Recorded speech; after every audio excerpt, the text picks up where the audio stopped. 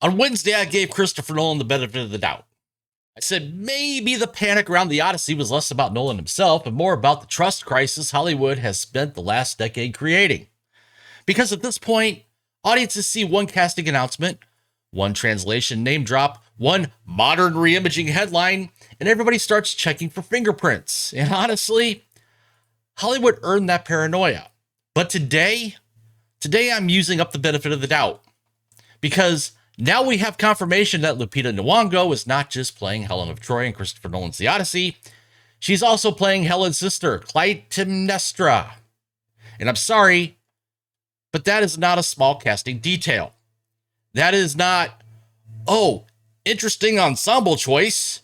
That is not, trust the process, peasant. The IMAX cameras know better than you. That is a major creative decision, and the question is very simple. What was Christopher Nolan thinking? Not, is Lupita Nyong'o talented? Because she is. Not, is this exactly like Snow White, Ariel, or Black Snape? Because it isn't. This is different. This is about whether Nolan made a sophisticated theatrical choice that might work on paper, or whether he walked directly into the same Hollywood pattern audiences are already tired of, and then acted surprised when everyone noticed.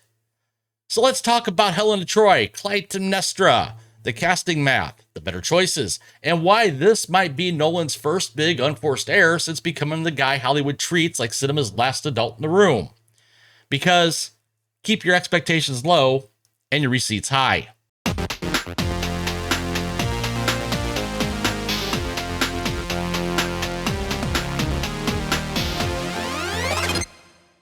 Welcome back to the Critical Nerd. For the returning subscribers, a humble thank you and welcome back to the island of lost franchises, questionable casting decisions, and Hollywood executives who keep stepping on rakes and calling it a marketing strategy. And for you new viewers out there, welcome. Stick around. Check out the rest of this video. Tell me what you think. Because this is where we follow the receipts, we do the math, and we try to figure out why billion-dollar studios keep making decisions that feel like they were workshopped in a Slack channel called How Do We Make This Worse? Now, before the comment section starts loading the trebuchets, let me make this extremely clear. This video is not about attacking Lupita Nyong'o. She's an Oscar-winning actress. She has presence. She has range. She has done excellent work. The issue is not her talent. The issue is the casting decision, and more specifically, Nolan's reasoning behind it. Because casting Helen of Troy is not like casting random Greek woman number 4. Helen is not just a character. Helen is an idea. She is the mythological spark plug of the Trojan War. The entire cultural memory of Helen is built around the idea that her beauty, her desirability, her symbolism, her presence, however you interpret the myth, destabilizes kingdoms. That is the assignment. And now Nolan has taken that figure and merged her with Clytemnestra, the sister who represents something completely different. Helen is the catalyst. Clytemnestra is the executioner. Helen is the face that launches ships. Clytemnestra is the woman who murders the king after the ships come home. Those are not interchangeable energies. So when Nolan doubles these roles, that tells me this is not just a casting choice. It's a writer's choice forcing the casting choice to serve the concept. And that's where my frustration starts. Let's start with the receipt. Lupita Nyong'o is reportedly playing both Helen of Troy and Clytemnestra in Christopher Nolan's The Odyssey. And that is the part that changes the conversation. Because before this, people were arguing over rumor, vibe, internet outrage, and the usual everybody scream first, think later content economy. But now the doubling is confirmed. And honestly, I can see what Nolan might be trying to do. This is where my first theory comes in. The Greek theater move. Ancient drama used masks. Actors played multiple roles. Characters mirrored each other. Family lines echoed across tragedies. The sins of one house bled into the next story. So on a purely academic level, Helen and Clytemnestra being played by the same actress could be Nolan saying, these sisters are two faces of the same mythic catastrophe. Helen is the woman whose absence causes a war. Clytemnestra is the woman who waits through that war, then turns the homecoming into a bloodbath. It's a real idea, and it's not stupid. That's not some random throw darts at a castboard decision. That is the kind of thing a filmmaker like Nolan would do because Nolan loves structure. He loves mirrors. He loves doubles. He loves time loops, identity loops, memory puzzles, moral puzzles, and Marin staring into the middle distance while the score sounds like a dishwasher fighting God. So yes, I understand the intellectual version of the choice. The problem is that audiences do not experience a casting decision as a thesis paper. They experience it as a signal, and it's a messy signal. Because Helen of Troy is not just a role you can fold into a structural gimmick without losing something. Helen has individual gravity. Helen is supposed to pull focus even when she's not on screen. The whole point is that the war has already happened, the ships have already sailed, men have already died, and the legend still revolves around this one woman. So if you double Helen and Clytemnestra, you might be making a very clever, dramatic-allergical point. But you're also reducing Helen from the mythic center of the Trojan backstory into a piece of narrative machinery. And that is where I think Nolan outsmarted himself. Helen should not feel like a bonus setting on Clytemnestra. Helen should not feel like a director's mirror exercise. Helen should feel like Helen. And if the audience has to watch a 15-minute film Twitter seminar to understand why the casting works, maybe the casting is not doing enough work on its own. Now here's where this video is going to be just a little bit different from a lot of the videos you're going to see on this topic. I'm not making the DEI race swap argument. I don't think this is the same lane as Ariel. Remember Ariel, the Little Mermaid? I don't think this is the same lane as Snape, HBO's Harry Potter series of Black Snape. And I definitely don't think the strongest argument here is, but historically, Helen should look like the exact painting from 1873 that was also just somebody's artistic interpretation. That's not the best case. The best case is casting math. Helen has a narrative function. The function is beauty, youth, mythic desirability, and a catastrophic presence. That does not mean the actress has to be 22 years old and generated in a lab by Zeus himself. But it does mean the casting has to immediately communicate why kingdoms would burn over her. And traditionally, Hollywood understood that. Diane Kruger was 27 when she played Helen of Troy. Sienna Gilroy was 26 in USA's Helen of Troy. Rosanna Podesta was 22 in the 1956 Helen of Troy. Again, this is not me saying actresses become irrelevant after 35 because that's ridiculous. This is about the role. Different characters require different casting math. Anne Hathaway is playing Penelope in the same movie. Anne Hathaway is in her early 40s too. And that makes sense. Because Penelope's narrative function is not the woman whose beauty launches 1,000 ships. Penelope's narrative function is endurance, waiting, memory, faithfulness, the cost of time. Penelope is supposed to carry the weight of 20 years. Helen is supposed to carry the spark that made 20 years happen. Those are different assignments. You cast Penelope for endurance, you cast Helen for combustion. And that's the issue. Lupita Nyong'o was 43. Again, not a moral judgment, not an insult, not a YouTube comment section brain rot take. It's a casting question. Why cast a 43-year-old actress as a mythological figure whose entire legend depends on the audience instantly understanding her as this almost supernatural youth-coded source of desire and disaster? Maybe Nolan has an answer. Maybe the movie reframes Helen as older, haunted, post-war, reflective, and tragic. And that could work. But then the marketing has to prepare the audience for that. The script has to justify that. The performance has to completely recalibrate the mythology. And the director has to know he's making a choice that breaks against 2,000 years of iconography. It's not impossible, but it is high risk. And Nolan made that high risk choice inside a Hollywood environment where audiences are already trained to expect modernization first and explanation later, which brings us to my next theory, the Hollywood momentum theory. This is where my frustration with Nolan really comes in, because I do not think Christopher Nolan sat in a room and said, how do I annoy the audience today? I do not think he's making a lazy studio checklist movie. This is Nolan. He is shooting practical. He's building big. He's making the kind of large-scale theatrical epic Hollywood barely makes anymore. So the frustrating part is that Nolan is doing the hard stuff right.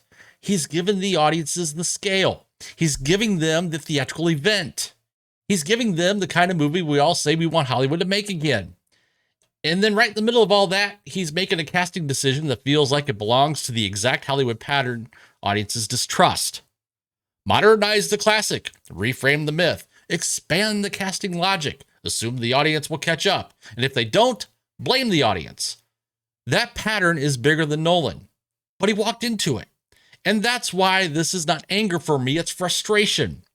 Because Nolan should know better.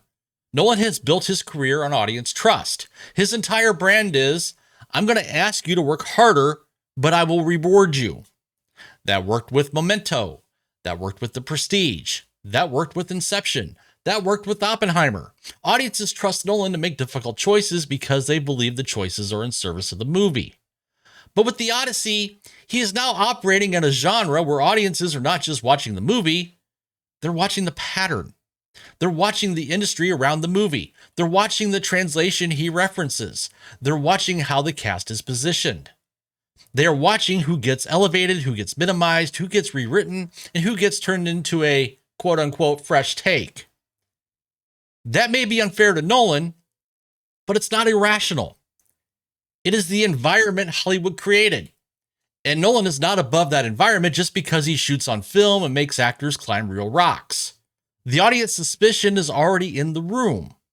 So when you cast Helen in a way that breaks hard from the iconography, then you double her with Clytemnestra, and then people online start asking whether this is another modern update, you don't get to act shocked. You just lit the fuse. And the audience just noticed the smoke. Now let's talk about the part everybody's going to fight about. Were there better casting choices? I think there were. The answer is yes. And here's the receipt that flipped the whole video for me. Mia Goth is in the Odyssey. Yeah, Mia Goth. She's in the Odyssey. She has carried mythological adjacent material at scale. She has spent the last several years building a career on intense classical adjacent roles in Pearl, X, and Maxine. She's 32 years old and a current theatrical draw. She's in the movie. Nolan cast her. He looked at Mia Goth, who could carry the role of Helen of Troy in her sleep. And then he decided she should play Melanthro, a maid. That is not casting shortage. That is a casting answer. Nolan had a Helen on his cast list, and he chose someone else. So when I say there were better choices, this is the framework. Helen of Troy needs 4 things. Right age, period or classical adjacent track record, the screen presence to compete with Matt Damon and Robert Pattinson at IMAX scale, and the theatrical draw to anchor a marquee. There's your math. So we got Mia Goth, 32, already in the cast, period range proven, IMAX scale proven, has spent her entire career playing women whose beauty is dangerous. The smoking gun. Then you got Anna Taylor-Joy, 29, period range in The Witch and The Northman, classical face, IMAX scale already proven in Furiosa, mythology adjacent material on the resume, could do the role in her sleep. Next, you got Florence Pugh. Everyone knows Florence Pugh. 30. Period work in Little Women. Epic scale in Dune Part 2.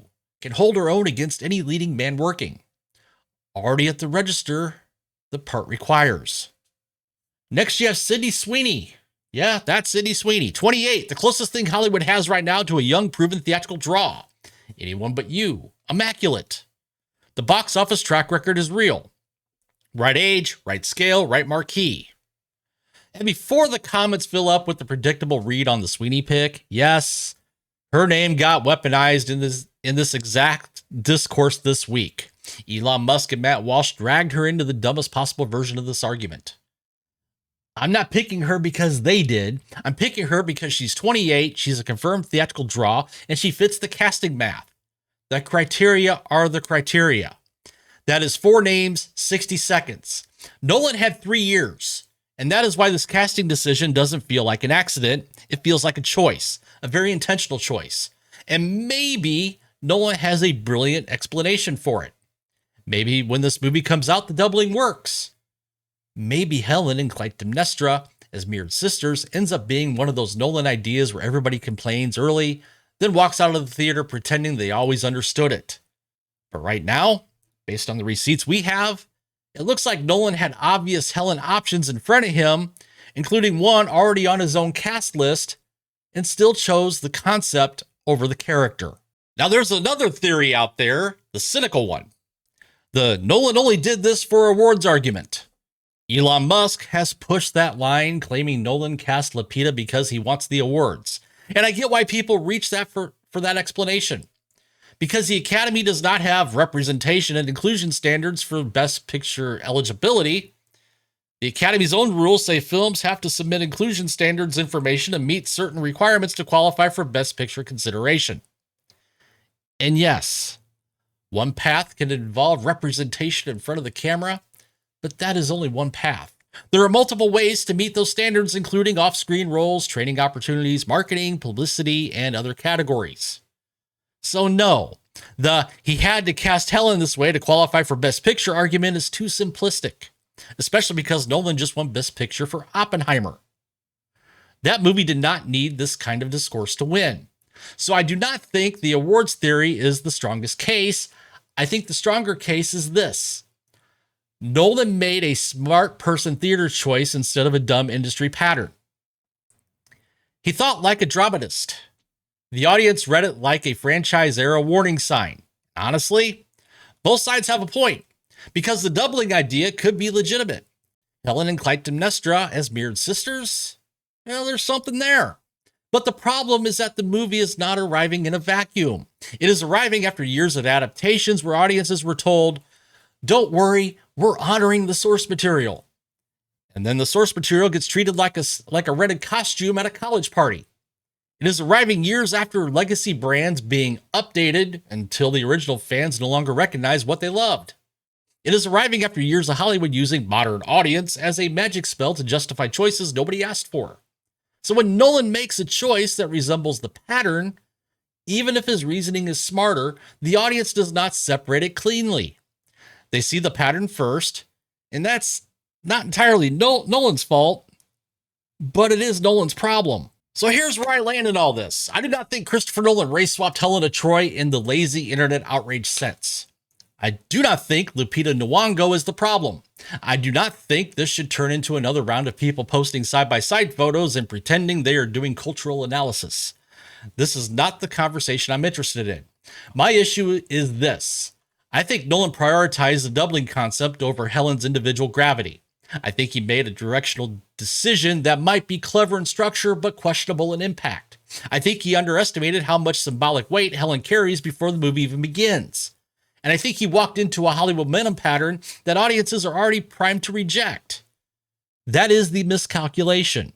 Not ideology, not conspiracy, not Nolan lost his mind. A creative miscalculation, a frustrating one. Because Nolan is one of the few directors left who can get a giant theatrical epic made. People are going to show up for this movie because it is Nolan. They're going to give him more patience than they would give almost anyone else. But that patience is not unlimited. And if the movie comes out and Helen works, great. I will say it worked. I have no problem updating the receipt when the movie gives us new evidence.